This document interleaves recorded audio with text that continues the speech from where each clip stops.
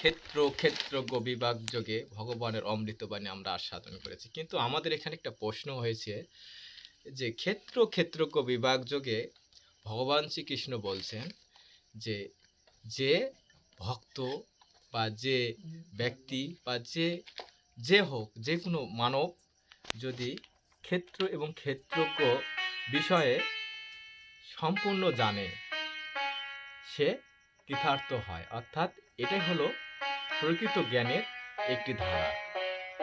কেন? ক্ষেত্রকে যে জানে সে আমাকে জানতে পারে, ভগবান শ্রীকৃষ্ণ বলছে। তারপরে ভগবান শ্রীকৃষ্ণ বলছেন যে ক্ষেত্রজ্ঞ যোগ সম্পর্কে হে অর্জুন আমি তোমাকে সংক্ষেপে বলতেছি। এখানে হচ্ছে আমার প্রশ্ন যে ভগবান কেন বললেন যে ক্ষেত্রজ্ঞ যোগে সংক্ষিপ্ত বা সারমর্ম কিংবা যে যাকে বলা হয় সারাংশ, উপসংহার আমি তোমাকে সংক্ষেপে বলতেছি। কেন এই কথাটা বললেন?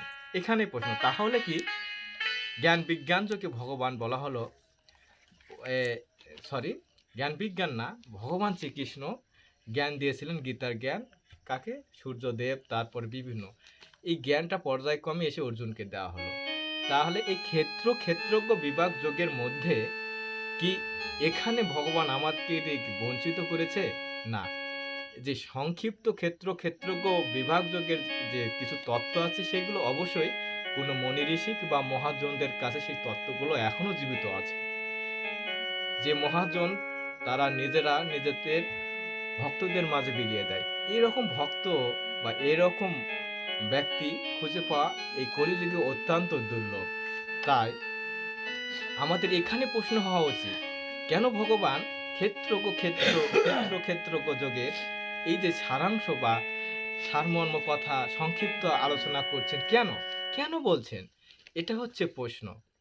আমার প্রশ্ন এখানে, কেন বললেন ভগবান শ্রীকৃষ্ণ এই কথা? হ্যাঁ, তাহলে কেউ কি গীতা পড়লে সে কি পণ্ডিত, না বুঝলে পণ্ডিত? অনেকেই বলে পড়লে পণ্ডিত নাই, বুঝলে পণ্ডিত। আমাদের গীতার জ্ঞানগুলো এমনভাবে অধ্যয়ন করা বা এমনভাবে আস্বাদন করা উচিত যে আস্বাদনের মধ্যে আমরা আমাদের যে ভাব, আজকে আমরা আরেকটি আলোচনা শুনেছি রাধা। আচ্ছা, রাধাটা কে? রাধা বলতে রাধা প্রেমে মাতোয়ারা সকল ব্রজবাসী। কেন এখানে ব্রজবাসী কে? আমি, আপনি, না শুধু যারা নারী তারাই? দুঃখিত ভাই, একটি কথা বলি, রাধা শুধু আমি বা আপনি মনে করলে হবে না। এই জগতে যত সৃষ্টি জীব সবাই রাধে। একমাত্র শ্রেষ্ঠ রাধে হচ্ছে মানব জাতি। আর এই মানব জাতির মধ্যে নারী পুরুষ সকলেই আমরা রাধা। কিন্তু আমরা কি সে রাধা ধনে ধ্বনিত হয়েছি বা ধনী হয়েছি? না, আমার মতো মূর্খ মানুষ কখনোই রাধা ধনে নিজেকে ধ্বনিত করতে পারেনি। রাধা হওয়া অতটা সম্ভব নয়। রাধা কে হতে পারে? কার মধ্যে রাধা ধন আছে? রাধা কি তথ্য? রাধা রাধা আমরা রাধার জয়ের ধ্বনি দেই, কেন দেই ভাই? সেটাই আমাদের জানার বিষয়। আমার হৃদয়ে সব সময় এইরকম প্রশ্ন জেগে ওঠে, কেন আমরা রাধার জয়ের ধ্বনি দেই? রাধাকে ছাড়া কেন আমরা ঈশ্বরকে পাবো না? রাধা হলে হবে না, রাধার মধ্যে প্রেম ও ধন থাকতে হবে। আপনিও রাধা হতে পারেন, আপনার মধ্যে সেই ধন থাকতে হবে। আর সেই ধনের জন্যই আমরা বিভিন্ন ভক্ত সঙ্গে বিভিন্ন কীর্তনে রাধার ধন দেখার জন্য বা রাধার ধনকে আস্বাদন করার জন্যই আমরা বিভিন্ন তীর্থস্থানে ঘুরে বেড়াই। এটাই কি প্রকৃত ধনের উদ্দেশ্যে আমাদের জীবনযাত্রা নির্বাহ না? যেখানে গীতা পাঠ হয় সেখানে যত রাধে ভক্তগণ থাকে, তারা কি যে ধনের আশায় বসে শ্রবণ করে এবং ভগবানের অমৃত কথা আস্বাদন করা হয়, সেই আস্বাদনগুলো কি আমাদের হৃদয়কে ছুঁয়ে যায়? যে হরের নাম হরে কৃষ্ণ যে হরের নাম হরে কৃষ্ণ কথাগুলো একবার নয় হাজারবার যদি মানুষ শোনে, তাও সেই ক্ষুধার তৃষ্ণা নিবারণ হয় না, হরির নামের তৃষ্ণা কখনো নিবারণ হয় না। কেন? এর মধ্যে ভগবানের অমৃত স্বাদ রয়েছে, যে নাম আমরা হাজারবার শুনলে আমাদের হৃদয় থেকে কখনো পরবর্তীতে বলে না যে হরির নাম আমি শুনবো না বা হরের নাম আমাকে খারাপ লাগতেছে। এটি এতই মধুর্য, এতই অমৃত যে আমরা বারবার হরের নাম করার পরও আমাদের তৃষ্ণা থেকে যায় যেন আমরা হরির নাম করতে পারি। এই যে একটা ধন, এটা কেন গীতায় কি বলা হলো? অভ্যাস। অভ্যাস করো হে অর্জুন, তুমি অভ্যাস ভক্তিযোগে নিজেকে সমর্পিত করো। তাহলে ভক্তি আর অভ্যাসের মধ্যে খুব কাছাকাছি একটি সম্পর্ক রয়েছে। কি সম্পর্ক সেটা? সেটা হচ্ছে আপনার অভ্যাসের মাধ্যমে ভক্তিকে শ্রদ্ধা করতে পারবেন। ভক্তি তখনই গুরুত্বপূর্ণ গুরুত্ব আসবে বা এই ভক্তির তাৎপর্য ফুটে উঠবে যখন আপনি প্রত্যেকটা দিন আপনি মনে করেন আপনার একটা গরু আছে বা একটা গাভী আছে, সেই গাভীকে আপনি যখন প্রতিদিন খাবার দেবেন ভালোবেসে, খাবার পরিবেশন করবেন, গাভীকে সুন্দরভাবে পরিচর্যা করবেন, তখন একটা কি হয়, সেই গাভীর প্রতি আমাদের প্রেম ভালোবাসা জন্ম হয়।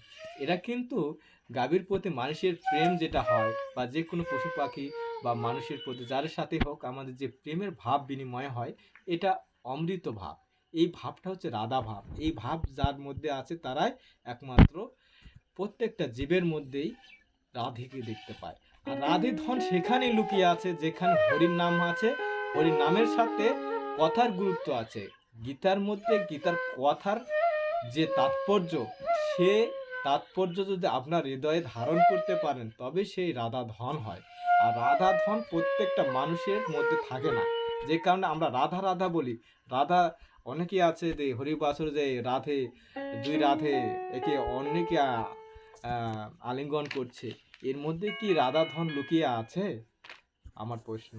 না ভাই, রাধে রাধে ধন তো আপনার হৃদয়ে আছে। আপনার হৃদয় যখন বেজে উঠবে তখনই রাধের যে পরিক্রমা বা রাধে ধনের যে অমৃত স্বাদ, আর যে রাধের যে অমৃত স্বাদ পাওয়ার জন্য আমরা হরিবাসর একে অপরকে আলিঙ্গন করি, এই আলিঙ্গনের মধ্যেই যে একটা ভাবের আদান প্রদান হয়, সেখানে রাধে ভাব লুকিয়ে থাকে।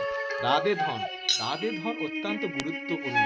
এই ধন আমাদের অনেক দূর উপলব্ধির মাধ্যমে আমাদের অর্জন করতে হয়। অভ্যাস, শ্রদ্ধা, এই সবের মধ্যেই আমাদের রাধে ধনকে খুঁজে নিতে হয়। তাই আমি আবার প্রথমে বলি যে আমরা লালনের কথাই বলি। লালন বলছে মনেরই আমার মনকে গুরুত্ব দিয়েছে। আবার ভগবান শ্রীকৃষ্ণ আত্মাকে গুরুত্ব দিয়েছে। আর আরো মহাজন আছে, অনেকে রাধে রাধে বলে, যেমন জয় গুরু বলে, রাধে রাধে বা জয় গুরু, এই শব্দগুলোর মধ্যে অনেক সামঞ্জস্য। একটি কথা বলি, কথাটা হচ্ছে যে আমাদের এই মানব জন্ম অত্যন্ত দুর্লভ জন্ম। এই জন্মটা অত্যন্ত কষ্টের সহিত আমরা পেয়েছি। অনেক জন্ম অতিক্রম করার পরে এই মানব জন্ম পেয়েছি। আমি আপনাদের মেসেজ করতে চাই, শুধু গৌর ভক্তবৃন্দ, এই জন্মকে সার্থক করার জন্য আমাদের হরিনাম শ্রবণ একমাত্র পথের পথেও। এই হরির নামে আপনার সঙ্গে যাবে, আর সঙ্গে আপনার কিছু সৎ কর্ম, যে কর্মের মধ্যে আপনি যদি ঈশ্বরকে স্মরণ করতে পারেন তবেই আপনি সামনে এগিয়ে যেতে পারবেন আর রাধে ধনকে দেখতে পারবেন। যদি আমাদের প্রত্যেকটা সময় আমরা ঈশ্বরকে অভ্যাসের মাধ্যমে স্মরণ করতে পারি তবেই আমরা রাধা ধনে ধনিত হতে পারবো। এছাড়া আমরা এই জড়জাগতিক জগতের দিকে আমরা হারিয়ে যাব। ঠিক যেমন কিছু মানুষ যদি ভুল ট্রেনে ওঠে, সে ট্রেন থেকে যদি সে না নামে তাহলে সে এক সময় আর সেই ট্রেন থেকে নেমে দেখবে তার পথ অনেক দূরে, সে তখন নিজেকে হতাশা মনে করবে। যদি সে ব্যক্তি ট্রেনে ওঠার পর নিজেকে চিনতে পারে, নিজেকে জানতে পারে, নিজেকে লালনের মতন লালন বলে, নিজেকে জানলে লালন নিজেকেই বোঝে, তবে সকলকে বুঝতে পারবে। ঠিক ভুল ট্রেনে উঠলেও আমাদের উচিত সেই ভুল ট্রেন থেকে নামার চেষ্টা করা এবং সেই ট্রেন থেকে নেমেই আমাদের সঠিক পথে অন্বেষণ করতে হবে। এটাই আমার মেসেজ, যে আমরা যাই করি না কেন আমাদের প্রতিনিয়ত ঈশ্বরকে স্মরণ করা উচিত। হরে কৃষ্ণ।